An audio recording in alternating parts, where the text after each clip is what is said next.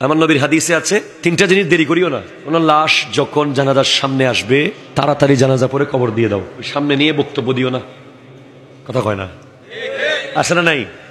আমরা লাশ সামনে নিয়ে মোটামুটি 10-12 জন বক্তব্য রাখি, হুরুস্তু লাশের শান বলি, লাশের উপর যে কি কষ্ট হচ্ছে এটা আমরা বুঝি না। তো লাশকে সামনে নিয়ে বক্তব্য দেওয়ার প্রবণতা বন্ধ করতে হবে, এতে মুর্দার কষ্ট হয়।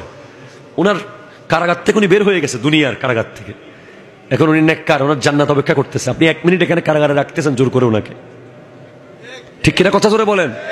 এরপর অনেক সময় আমরা দেখি বিদেশ থেকে কে আসবে 8-10 ঘন্টা ফ্রিজে, কেন না? বাস ওনার জন্য এসে দোয়া করবে। বিদেশ থেকে একজন লোক, ভাই ছেলে ভাই বোন কে আসবে, তার জন্য একটা মানুষকে বরফের ভিতরে আপনি ঢুকিয়ে রেখেছেন, না, তার উপর জুলুম করেছেন, এটা করা যাবে না। কসরু আজমিল মাইয়াতে কাকাসরিহি হাইয়ান, হাদিসে আছে একজন মুর্দার মরার পরে হাড্ডি ভাঙা জীবিত অবস্থায় হাড্ডি ভাঙার চেয়ে আরো কঠিন কষ্টের। তো মানুষকে বরফে রাখতে পারবেন আপনি? 10 মিনিট রাখা যাবে বরফের ভিতরে? আপনি এসি একটু বেশি বেড়ে গেলে আপনি কমাই দেন, ফ্যান শীতকালে একটু বেশি চললে আপনি বন্ধ করে দেন। আপনি একটা লাশকে ঘন্টার পর ঘন্টা বরফে রাখেন, আপনি জুলুম করেন। কথা জোরে বলেন না, এগুলো করবেন না। 2, কোন মেয়ে বিয়ের উপযুক্ত হয়েছে সাথে সাথে বিয়ে দেন, সাথে সাথে না মাস্টার্স পাস করাবো, না না দেখি আরো না, প্রতি মুহূর্তের গুনাহ বাবার কাঁধে। যতক্ষণ ওই মেয়ে আপনার কাস্টডির মধ্যে আছে, তার বেপরদাগি, তার গুনাহ, তার ফেসবুক, তার মেসেঞ্জার, তার চ্যাটিং, তার হাঁটা, তার চলা, তার শপিং, যা যা যেখানে যেখানে সে বেপরদা যাচ্ছে, প্রত্যেকটা গুনাহ বাবার কাঁধে। বাবার পরে ভাইয়ের কাঁধে, ভাইয়ের পরে স্বামীর কাঁধে, স্বামীর পরে আবার সন্তানের কাঁধেও যাবে। যদি মা বেপরদা চলে, ছেলে যদি আদবের ভিতরে মাকে না বুঝায়। আমাজান হযরতে ফাতেমাতু জাহরা রাদিয়াল্লাহু তাআলা জিজ্ঞেস করছেন, ইয়া রাসূলুল্লাহ, আমি কতটুকু পর্দা করব? নবীজি বলেছেন, যতটুকু আগুন থেকে বাঁচাতে চাও, যতটুকু আগুনে পোড়া থেকে বাঁচাতে চাও ততটুকু পর্দা করো। আমি আল্লাহু আকবার, আমি বলেছি আপনাদের আনোয়ারার বক্তিয়ার পাড়ার কথা আমি সব জায়গায় বলি, পর্দার কথা। ওখানে একটা আনকমন পর্দা আমি দেখেছি, বাংলাদেশে কোথাও দেখি নাই। ইদানিং বোধহয় আস্তে আস্তে কমে যাচ্ছে, আছে এখনো আছে। আপনি অবাক হবেন, আপনারা তো গাউসে পাক আব্দুল কাদের জিলানী রহমতুল্লাহ আলাইহির মায়ের ঘটনা শুনেছেন। একটা ল্যাংরা লুলা বোবা কানা মেয়ে বিয়ে করতে হবে। তো আপনাকে আমি বলি, আচ্ছা জুইদণ্ডির মধ্যে এই গ্রামে কার ঘরে কোন মেয়ে আছে, কার বয়স কত, কার বিয়ে কত, কখন হয়েছে, কে বিয়ের উপযুক্ত হয়েছে, প্রায় মানুষ জানে। আমার এলাকার খবর একই, ওনার এলাকার খবর একই, ওনারও একই। কিন্তু আব্দুল কাদের জিলানী রাহমাতুল্লাহর আম্মা কতটুকু পর্দা করেছে যে 12 বছর উনি ওই ঘরে কাজ করেছেন। আব্দুল্লাহ হযরতে আবু সালে মুসা জঙ্গি দোস্ত, উনি জানতেন না সেই ঘরে একটা মেয়ে আছে।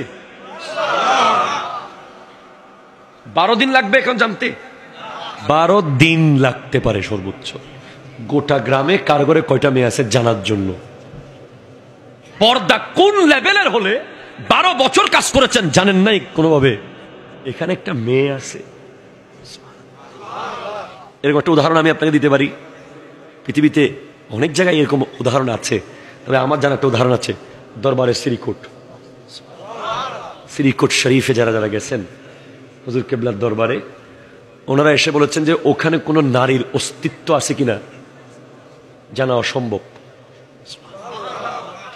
কোনোভাবেই বোঝার উপায় নেই যেখানে কোনো নারী আছে আসলে।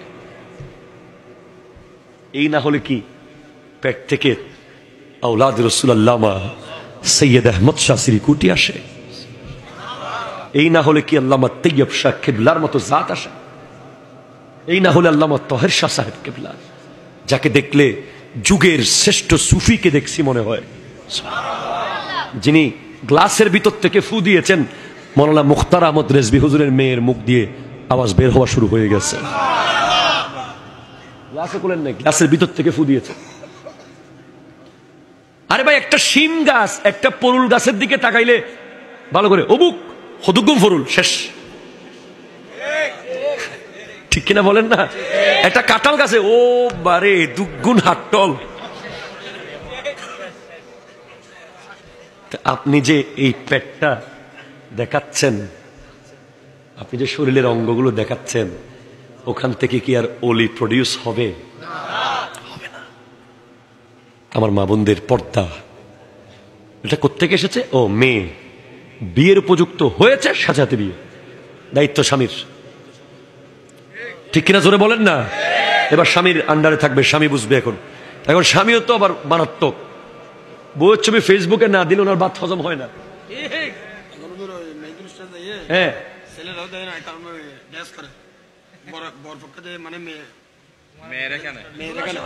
লা হাওলা ওয়ালা কুওয়াতা ইল্লা বিল্লাহ, লা হাওলা ওয়ালা কুওয়াতা ইল্লা বিল্লাহ। সবাই বলেন লা হাওলা ওয়ালা কুওয়াতা আস্তাগফিরুল্লাহ রাব্বি মিন কুল্লি যামবিন ওয়া আতুবু ইলাইহি।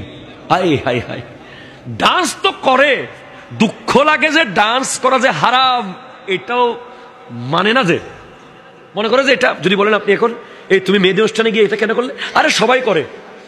কিতাবের নাম কি? কিতাবের নাম কি? ফতোয়ায়ে সবাই করে। এরপরে বলে যে আরেকটা কিতাব আছে, মানুষ কি বলবে। কিতাবের নাম কি? যে বল না, কিতাবের নাম কি? আল্লাহ কি বলবে সেটা না, রাসূল কি বলবে সেটা না। আপনার মেয়েকে আপনি বিয়ে বাড়িতে নিয়ে, ক্লাবে নিয়ে, কমিউনিটি সেন্টারে নিয়ে, ডানে একটা ক্যামেরা, বামে একটা ক্যামেরা, সামনে একটা ক্যামেরা, পেছনে একটা ক্যামেরা, আবার শুয়ে শুয়ে একটা। কথা জোরে বলেন না, ঠিক কিনা? আছে না? এখানে নাই মনে হয়। এবার আবার বউ আর জামাই মিলে ফ্লাইওভারের মাথায় গিয়ে গাড়ি বন্ধ করে, ফ্লাইওভার শট। প্রায় সময় আমরা দেখি মাহফিল থেকে যাওয়ার সময় দেখি যে ও এখন আবার টানেল শট। লা হাওলা ওয়ালা কুওয়াতা ইল্লা বিল্লাহ। কে আনলো এগুলো? কে? আমরা আলেমরা এখন বিয়ে বাড়িতে যাওয়াকা নিজের জন্য লজ্জাজনক মনে করি, কোনো বিয়েতে যাই না। কে যাবে এসব বিয়েতে? এগুলো বিয়ে? এগুলো কোনো বিয়ের পর্যায়ে পড়ে?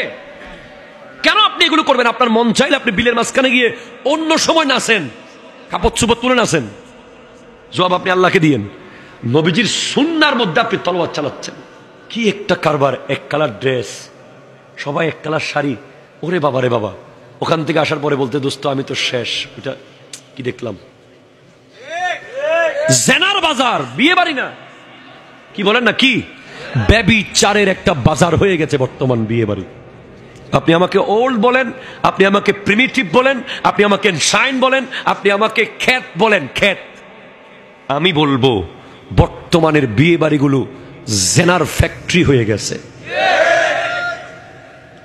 আলেম ওলামা যাওয়ার কোনো সুযোগ নেই। আগে তো নারী আর পুরুষ আলাদা খাইতো, এখন টেবিল সাজায় বড়, চেয়ার দেয় দুইটা।